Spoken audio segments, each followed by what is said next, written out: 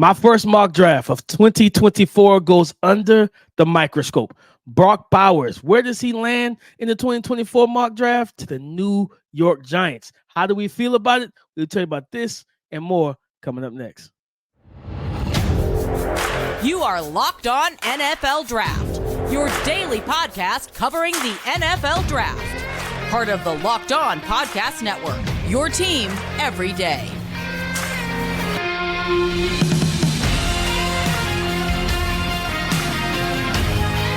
What's up, Locked On family? Welcome back to the Locked On NFL Draft Podcast, your daily podcast covering your favorite draft prospects, part of the Locked On Podcast Network, your team every day. Thank you for making Locked On NFL Draft your first listen today and every day. Shout out for being our everydayers. I'm your boy, Damian Parson, always on the ones and twos. You can find and follow me on X at DP_NFL. I'm a national scout and senior draft analyst. And as always, I got to kick the introduction over to my brother, my partner in crime, Mr. LSU himself, Keith Sanchez. You can find and follow him on X at The Talent Code. Keep talking to him, baby.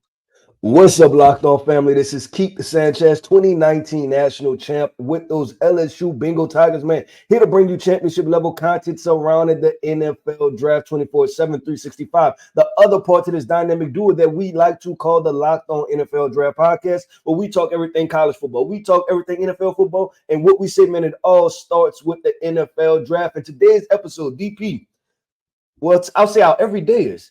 Mr. Damian Parson, he released his first mock draft, and he tried to get away. He tried to get away without putting it under the microscope, man. But I said, DP, we got to bring that thing back, and we about to put it under the microscope for the everydayers. So listen, this was last week's mock draft, but we're going over this week because there were some intriguing matchups that I want to talk about. But DP, before we get that started, man, why don't you hit him with our title sponsor? Today's episode is brought to you by FanDuel. Make every moment more. Right now, new customers get $150 in bonus bets with any winning $5 moneyline bet. That's $150 if your team wins. Visit FanDuel.com/locked-on to get started. All right, guys. So my first mock of the 2024 new year, right? So we're going, you know how we do it. We start with picks 1 through 10. No surprise at number 1. Caleb Williams, quarterback for USC, going to the Chicago Bears. Justin Field time in Chi-Town is over, right? Number 2, the Washington Commanders replace Sam Howell with quarterback from North Carolina, Drake May. Number 3, Jaden Daniels, QB3 off the board, 3 straight quarterbacks. Quarterback out of LSU, Jaden Daniels, and the Heisman winner is a New England Patriot. Marvin Harrison Jr. lands with the Arizona Cardinals, wide receiver out of Ohio State. Brock Bowers, tight end out of Georgia, top 5 pick to the New York Giants. At number 6, the Tennessee Titans select Olu Fashanu, offensive tackle from Penn State. At number 7, the Los Angeles Chargers select Malik Neighbors, wide receiver from LSU. At number 8, we have the New York Jets adding offensive tackle Joe Alt from Notre Dame. At number 9, the Atlanta Falcons finally get a good quarterback with Michael Penix Jr., QB out of Washington.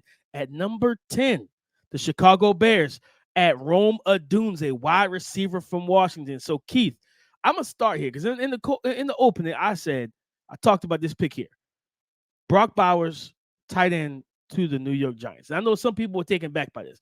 Well, they just paid Darren Waller and everything, but they can get out of Darren Waller's contract, right? Like, it's easy to move after the 2024 season.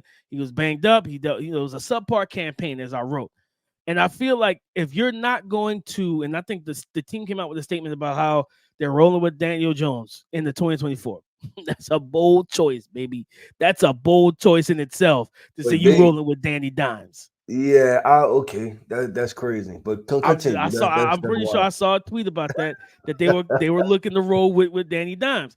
All right, cool. So if that's the case, my thing is this: you got to get more weapons here, right? Brock Bowers is essentially like a bigger wide receiver that plays tight end at 6'4", 230. I think him and Darren Waller with their like receiver-like skill sets, you can literally play them on the field at the same time. Now you got 2 big body weapons to go with Wandale.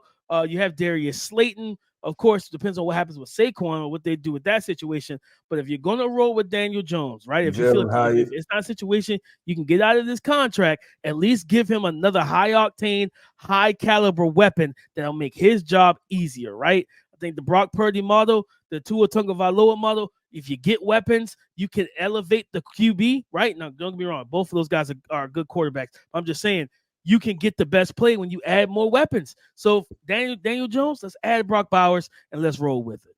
Well, DP, I'm glad you explained that, because when I first seen it out, that was one of those situations where I was like, I have to talk to him about this. I need to figure out the thought process that's going into, I guess, doubling down on the tight end room, right? But I guess, I don't know, man. If I'm the Giants, right, that's not a decision that I would make, right, to keep Daniel Jones. And I feel like this, and because you mentioned the other quarterbacks, yeah, I think we've seen that case study already, right, for Daniel Jones, and we know what it is at this point. I to be completely honest, DP, and we just watched them play, right, and with the Indianapolis Colts are out of the playoffs, but I would take a roll on Gardner Minshew, right, with some weapons. And I think Gardner Minshew, DP, is this era's version of like a Ryan Fitzpatrick, right? I think he would turn exactly into that. But what you explained in the pick, I do understand it for the New York Giants, them doubling down on weapons, because they have to start moving towards some direction, right? Offensively, they have to figure something out. Seem like they have a bunch of pieces and then nobody to kind of put it together. That's why we talk about the truck, trailer, they don't have a hitch. Whatever the hitch is, they don't have it, right? They don't have a hitch to get that thing moving forward. But DP, I want you to scroll down. Can you scroll down just a couple of selections? I think it's pick 9, I believe, the Atlanta Falcons. Michael Penix Jr. I like this one because they've tried everybody, right? They've tried Marcus Mariota, they've tried Desmond Ridder, they've tried Taylor Heineke, and none of them worked, right? None of them worked at all. So now it's time to just go get a pure thrower of the football, somebody that can drop back and just sling it all over the place. Now look, the ceiling for Michael Penix Jr., we'll figure that out through this draft process, right? When we get him into the combine, when he gets to his pro day and things like that. But what we're watching, DP, is that you have these weapons and you can't get the football to them, right? And I think Michael Penix, you're going to get your best chance that you've had in the past 3-4 years since you've drafted these weapons to get them the football. Because what's the point in having, we always say receivers are the most dependent position on the field. Well, guess what? You're getting nothing out of Kyle Pitts and nothing out of Drake London because you don't have nobody to get them the football. No, 100%, Keith. And I think that's the big thing, right? You selected 3 like high caliber offensive playmakers over the last 3 years, 3-4 years in the top 10. Kyle Pitts, top 3. Drake London, top 10. I think pick 8, 7 or 8. Then the very next year, pick 7 or 8, you pick Bijan Robinson. But you can't maximize them without good quarterback play, Keith. So that's for me. It was like, I know some people saw a couple Falcons fans were like, the ACLs. And I'm like, okay, guys, I get it, right? But this is, when I put them here, I'm putting them here with the mindset of, all right, best case scenario, he goes to the combine and the medicals come back good, right? You get the green flag, you get the check mark, you get the green light to go. You get all those things, and then you can move forward. That's why, for me, I put him here, because at the end of the day, like the arm talent, the accuracy, the ball placement, the instincts, the IQ, everything that Michael Penix brings to the table, this offense needs. And I'm like, man, to think about Michael Penix in a pro-style offense, play action into Bijan Robinson, and then throwing either the seam to Kyle Pitts or throwing the bang 8 post or the back shoulder fade to Drake London. Sign me up, Keith. Sign me up for all of that, because I need that. You know what I mean? I need to see this team and this offense take that next step. But Keith, we talk about taking the next step. I'm going to tell you a pick I really love here, Keith. And that was number 10. Number 10 might have been my favorite pick. This was another one where I was like, you got to talk to me about Rome, right? And I think multiple levels, right? The Chicago Bears, where they stand right now, and then them going after Rome Odunze. Has he elevated himself to that level where you think he's a top 10 pick in the NFL draft? Because I didn't know this, and I think this might be the highest I've seen of the mock drafts I've seen.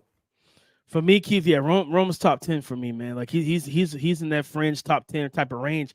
And like, I think Chicago, if Marvin Harrison's off the board in the real NFL draft and the Cardinals don't have that opportunity, they can trade back in, lower in the top 10 and just snatch up Rome instead of, taking them top 5, they can trade back a little bit, get an extra pick, and still draft Rome. Rome had 6'3", 215 pounds. I expect him to run in that 4.45, 4.48 range, maybe 4.5, but he has that build-up speed, the ball skills. He's added 15 pounds of muscle and strength to his frame this past offseason. This young man is really talented, smooth, gets in and out of his breaks, runs good routes, can uncover, right? All those things, man. So for me, I think pairing Caleb Williams, I feel much better with Caleb Williams walking into Chicago and looking at his wide receiver room, and wide receiver 1 is DJ Moore, and wide receiver 2 is Rome Odunze, man. And then you got Cole Kmet at tight end. I feel really good about that. Yeah, for sure. And then you talk about all the other weapons that they have too, right? The kid that they drafted from Cincinnati, Tyler Scott, Darnell Mooney. They can have some pieces to be able to be ready to roll for when Caleb Williams arrives in town. But DP, we got to keep this thing going. We have to keep it flowing, man. Coming up next, man, is picks 11 through 20 from the mock draft. It's already been action packed, so stay tuned. We haven't covered your team because I promise you there are a lot of good players and a lot of player matchups that we still want to see. At the start of the new year, every small business owner is asking themselves the same question. What's the one move I can make that'll take my business to the next level in 2024? LinkedIn Jobs knows that your success all depends on the team you surround yourself with. That's why LinkedIn Jobs has created the tools to help find the right professionals for your team faster and for free. LinkedIn is not just another job board. LinkedIn has a vast network of more than 1 billion professionals, which makes it the best place to hire. Hiring is easy when you have that many quality candidates. So easy, in fact, that 86% of small businesses get a qualified candidate within 24 hours. It's why small businesses rate LinkedIn Jobs #1 in delivering quality hires versus their leading competitors. All right. And it's very simple, guys. Post your job for free at linkedin.com/lockedonnfl. That's linkedin.com/lockedonnfl to post your job for free. Terms and conditions apply. With the 11th overall pick in this mock draft, the Las Vegas Raiders select interior defensive lineman Jerzon Newton from Illinois. With pick 12, the Minnesota Vikings select edge rusher from Florida State, Jarrett Verse. At pick 13, the New Orleans Saints select offensive tackle Amarius Mims out of Georgia. At pick 14, the Denver Broncos get Latu Latu, edge from UCLA. Pick 15, the Seattle Seahawks select safety Cameron Kitchens out of Miami. At pick 16, the Cincinnati Bengals replace T. Higgins with Keon Coleman, wide receiver from Florida State. At pick 17, the Arizona Cardinals add Nate Wiggins, cornerback from Clemson. At pick 18, the Pittsburgh Steelers select offensive tackle J.C. Latham. At pick 19, the Green Bay Packers add offensive tackle from Oregon State, Talise Fuaga. And pick 20, the Tampa Bay Buccaneers add wide receiver from South Carolina, Xavier Legette. Keith, where are we starting here? We are going to start in Cincinnati, man, with the Keon Coleman selection. And we know that Jamar Chase had some comments, right, that people try to take out of proportion, but I think he was just being honest, right? Like, listen, I'm going to get paid. I'm going to get the money that owes me. And I'm like that for every player, right? You get the money. You do what you have to do. The general manager gets paid to maneuver player contract situations. That's not your job to do it. Your job is to produce on the field. And guess what, Jamar Chase? Guess what you've been doing? Producing on the football field, right? You've been all pro. You've been Pro Bowlers, playoffs, Super Bowl, right? You've done everything you needed to do to get your money. So go ahead and get your money. And then you end up in this situation, right, where it seems like somebody's going to be the odd man out with the Cincinnati Bengals wide receiver trio, right? Bringing in Keon Coleman.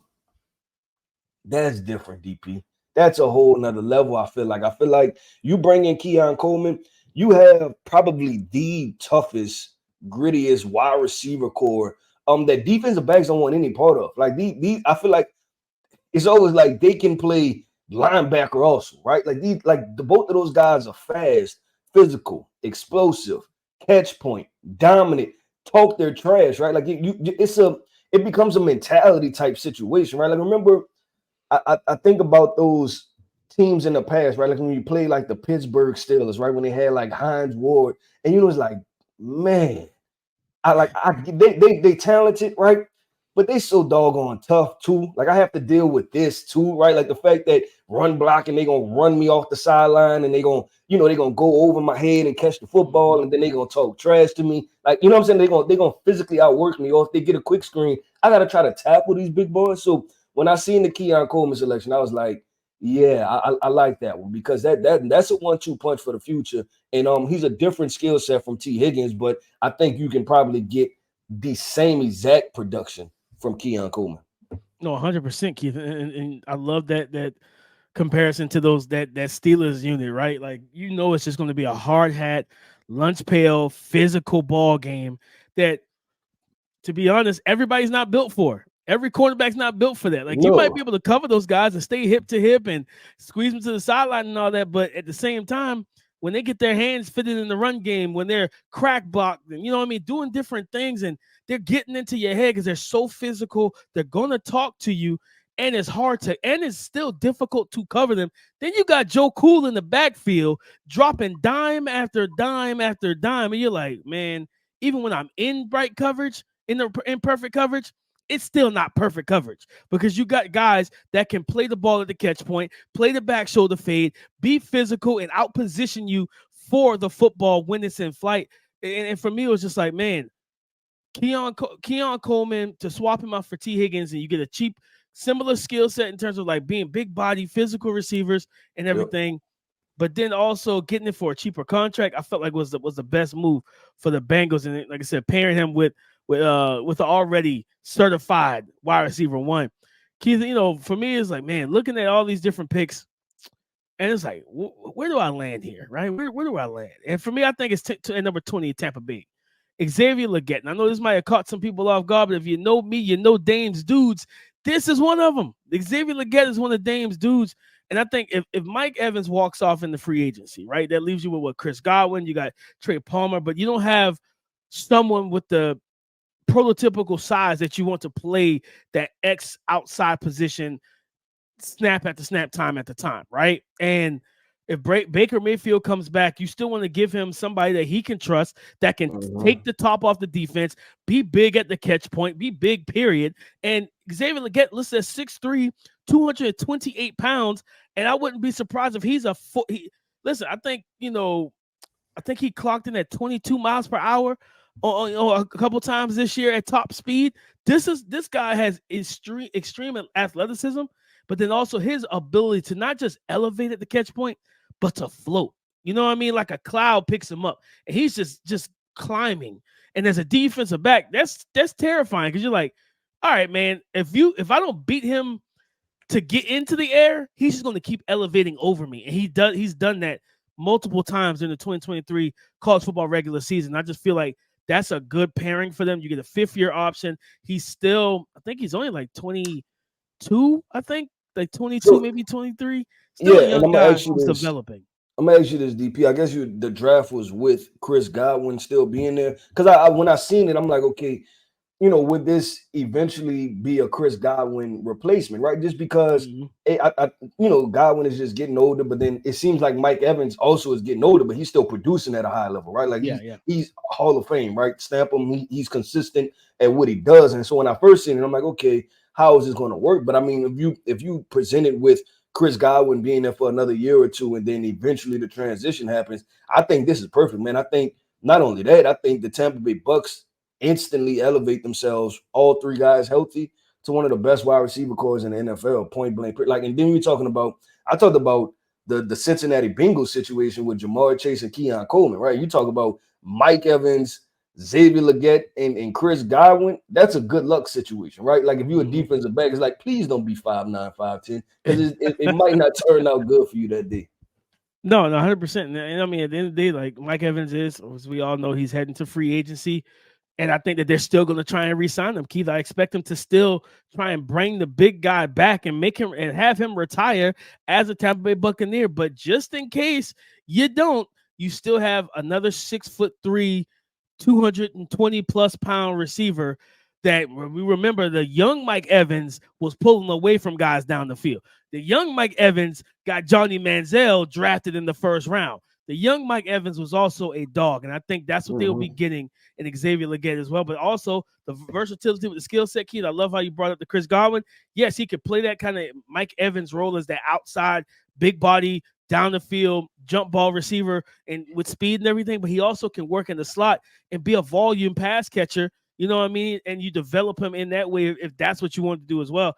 I just feel like he's a multifaceted guy, Keith. But I wanted to highlight one other pick, and it was number 18 for the Pittsburgh Steelers.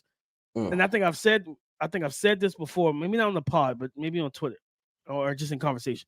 Dan Moore is not the future at tackle for the Pittsburgh Steelers, and I need them to understand that. Like, it's just not working out for him. Put Broderick Jones at left tackle. You grab J.C. Latham and you put him at the right tackle. Oh yeah, you are good now. You're physical at the line of scrimmage. You have the type of bodies like SEC caliber, SEC offensive tackles that have the power, the arm length, the strength, the run blocking prowess that you can get back to being the Pittsburgh Steelers of old, where we're seeing that even this late in the season, right? As they close out the 2023 NFL regular season, they became much more physical down the stretch. Najee Harris getting going, Jalen Warren running the freaking football, getting back to being the Pittsburgh Steelers. So I wanted to highlight that pick as well, Keith. Yep, I like that pick too, just for the Pittsburgh Steelers and whoever's playing quarterback for them, whether that's Kenny Pickett, whether that's Mason Rudolph, or whether that's a quarterback they bring in, right? Could be a little Russell Wilson action going on in Pittsburgh next year. Yep, we will see. But DP, let's go on to see, man. We're trying to see the rest of this mock draft, man. So coming up next, man, we have picks 21 through 32, man, to round out the rest of this mock draft coming up next. A couple weeks ago, guys, we were wrapping up Christmas presents. Now we're wrapping up the NFL regular season.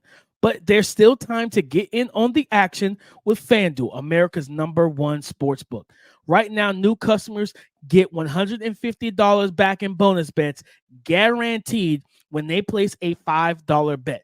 That's right now, new customers get $150 back in bonus bets guaranteed when they place a $5 bet. That's $150 in bonus bets, win or lose. The app is super easy to use, and there's so many different ways to bet, like live same-game parlays, finding bets in the new Explore tab, make a parlay in the Parlay Hub, the best way to find popular parlays. Guys, and so much, and I mean so much more. So visit FanDuel.com/lockedon and make your first bet a layup. Visit FanDuel.com/lockedon and make your first bet a layup, because FanDuel is the official partner of the NFL. With pick 21 in this mock draft, the Indianapolis Colts select Troy Franklin, wide receiver out of Oregon. At pick 22, the Jacksonville Jaguars select interior offensive lineman Graham Barton from Duke. At pick 23, the Los Angeles Rams select cornerback Kool-Aid McKinstry out of Alabama. At pick 24, the Buffalo Bills add to their edge rush group with edge defender from Penn State, Chop Robinson. Pick 25, the Kansas City Chiefs select wide receiver from LSU, Brian Thomas Jr. At pick 26, the Philadelphia Eagles select Terrion Arnold, cornerback out of Alabama. Pick 27, the Detroit Lions select cornerback out of Iowa, Cooper DeJean. At pick 28, the Houston Texans select interior defensive lineman from Texas, Byron Murphy II. At pick 29, the Miami Dolphins add interior offensive lineman center from Oregon, Jackson Powers Johnson. At pick 30, the Dallas Cowboys add offensive tackle from Arizona, Jordan Morgan. At pick 31, the San Francisco 49ers select Kingsley Suamataia, offensive tackle from BYU. And the Baltimore Ravens at pick 32 select Troy Fautanu, offensive tackle, offensive lineman from Washington. Keith, where are we starting here? Oh man, this is tough. I'll say this, just my first glimpses at it, right? The offensive lineman, right? And I know people hear it and see it, but listen, this is where the talent is, man. And if your team is not I would draft offensive lineman potentially if I don't need them, right? If there's a slight concern, I'm drafting offensive lineman. But man, the DP, this part kind of made me happy, man, because this was like, you got the Dames dudes, right? But I don't even know what to call this part of the draft, but it was like Coach K's key players, right? Something like that, right? I got to give me a little slogan, DP. But you had I two got you. players that that you know are my guys, right? Philadelphia Eagles taking Terrion Arnold, cornerback from Alabama. Everybody talks about Kool-Aid McKinstry. I'm telling you, this guy tests well. The talks will be who's the better corner out of the two, right? And I just love the upside with Terrion Arnold. But pick 28, DP, is really where I want to stop it. And another one of my guys, man. Houston, Texas, taking interior defensive lineman Byron Murphy. I thought about this paired with the Miko Ryans, right? And I tried to see if there was any type of I guess connection between D'Amico Ryans, right, and the 40. I mean, not the 40, D'Amico Ryans and the Los Angeles Rams and Aaron Donald, right? I was trying to piece it together. There's no connection, but I'm just telling you, I think this can be a home run type of hitman because when you watch D'Amico Ryans operate, you listen to him in press conference, you get the fact that he understands not only the details, right, the X's and O's, but sometimes about coaching DP is just about doing the simple stuff, right? And I think he's going to take Byron Murphy, put him in position, and Byron Murphy is going to be a productive interior defensive lineman that can get after the quarterback, right, in situations. So I really like this. And then you still have Will Anderson on the outside who's developing into probably everything that people thought he was going to be, right, as an enforcer, as an edge rusher. And then you talk about this young defense, still Henry Toto, Derek Stingley. I don't know if this is a PSA announcement, but he's playing like we thought Derek Stingley would play. Who would have thought, right? And then you still have Jalen Petrie out there, right? So it's a lot of young talent on this team. And I think Byron Murphy is the exact type of what's the right word, DP? Kind of player you bring in to kind of mix some things up, like that gives you a unique advantage because of what his skill set is. I know. I listen. This is one of my favorite picks. When I turned it in, I was like, "Yep, this feels great. This feels right to me," because I think a lot of people are starting to. The national spotlight was able to get a dosage, a taste of what Byron Murphy II brings to the table when they watch Washington face Texas the other week. They got a good look. Like, oh, this guy can ball. Like I don't know much about him, but you need to know, right? He needs to be on everybody's radar, and I put that in the mock. Keith, I'll tell you right now, man, because a lot of these picks, still, I mean, I'm gonna go to 2 wide receiver situations right here. Starting number 21, Anthony Richardson throwing the deep ball to Troy Franklin. Sign me up, Keith. Okay, sign me up. That explosive speed, right? Even if you bring Michael Pittman Jr. is due to be a free agent. And for me, even if you re-sign him, right? You want to re-sign him. Bring him back. You got Alec Pierce. You got Josh Downs, right? You got a multitude of tight ends.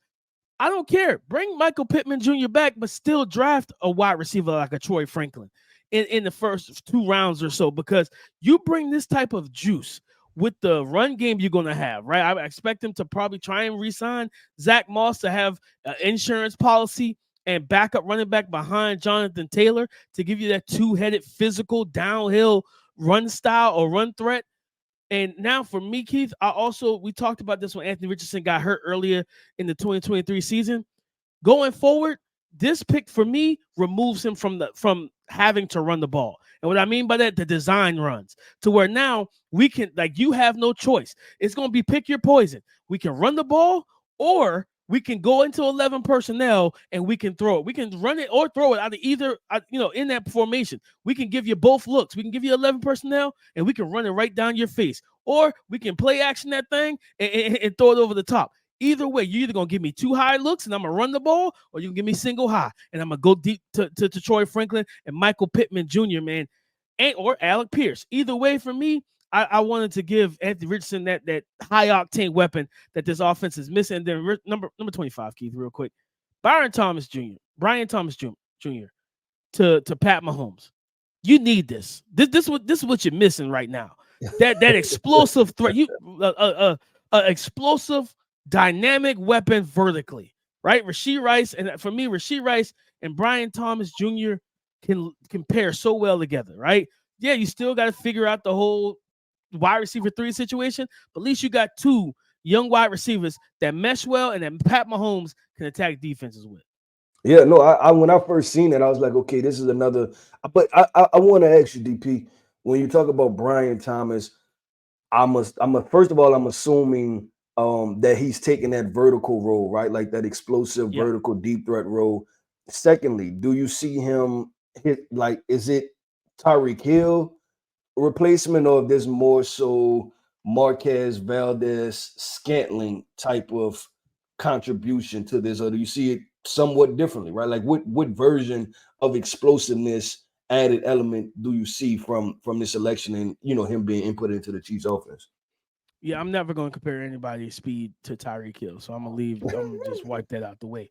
No, I think it will be MVS, Marquez Valdez Scantling times 2 in terms of this young man can catch the football, right? He can catch the football short, intermediate, and deep. And not only that, it's the ball skills at the catch point, which makes it which separates the entire thing for me as well, Keith. So I just look at it from that aspect of, man, you telling me that I get the opportunity to put this young man, let him be that vertical threat, but also in the red zone, you could throw the jump, the fade to him. You could throw, different contested catch type of routes and route concepts to him, where we've seen it drop after drop after drop for MVS, where it's like heartbreaking moments where it's like, this is a touchdown, and it just goes straight through his hands, and no one has any type of confidence in him. So I think BTJ, Brian Thomas Jr. is, or would be, more of a MVS times 2 or 3. Okay, no, I can see that. And that's why I asked you too, just to kind of paint a picture, right? Because if you say explosive playmaker, people immediately gonna say, "Oh, Tyreek Hill," right? But obviously, it's a little bit different. And then obviously, this offense is just a little bit different than what it was in years past. But DP, that wraps up, man. That wraps up your first mock draft, man. The first one that we got going, man. And it was a lot of fun. It was a lot of fun to go through it. I'll say this: our everydayers, man. Everybody tapped into the podcast, listening to this. If you want to go check it out, go check it out on the Draft Network. Damian Parsons' first mock draft, and I drop a little inkling in there. My mock draft is dropping too, right? So we hitting you back-to-back mock drafts. Maybe next week, mock draft Monday, we'll go through mine. But man, that wraps up another show, man. Another episode of the Locked On NFL Draft podcast, man. And I want to say shout out to our everydayers. Thank you for tapping in with us each and every single day, man. Y'all are running up the numbers, man. The numbers are going crazy. We told you this is the best podcast out there talking about NFL draft stuff, and y'all are proving it, man. Tell somebody to tell somebody. And I didn't tell y'all this at the beginning of the show, but go ahead and like, comment, and subscribe, man, if you're not subscribed already. But, man, I am Keith Sanchez. You can find me on X at The Talent Code, man. That is my co-host right there. We just went through his mock draft, man. Damian Parsons, you can find him on X at DP_NFL, man. And like we always like to see, man, y'all come talk to us because we like to talk back. Listen, go subscribe and follow for free on YouTube or wherever you listen to podcasts to get the latest episode as soon as it is available. Thank you for making Locked On NFL Draft your first listen today and every day. Shout out for being our everydayers. We have so much more draft content coming up. We got, Senior Bowl discussions. We're going to get back into Senior Bowl scouting this week. We got so much, guys. We're going to break down the recap, right? The game tonight. We're going to break down and recap what happens, who's the national champion. And then we're going to do some stock up, stock down, right? We're going to do some stock up, stock down tomorrow because somebody's stock is going to go through the roof. Depends on how they play tonight. Somebody's stock might plummet. We'll see how it goes, but stay tapped in and stay tuned, all right? So come and join the conversation again tomorrow on the Locked On Podcast Network. Your team every day.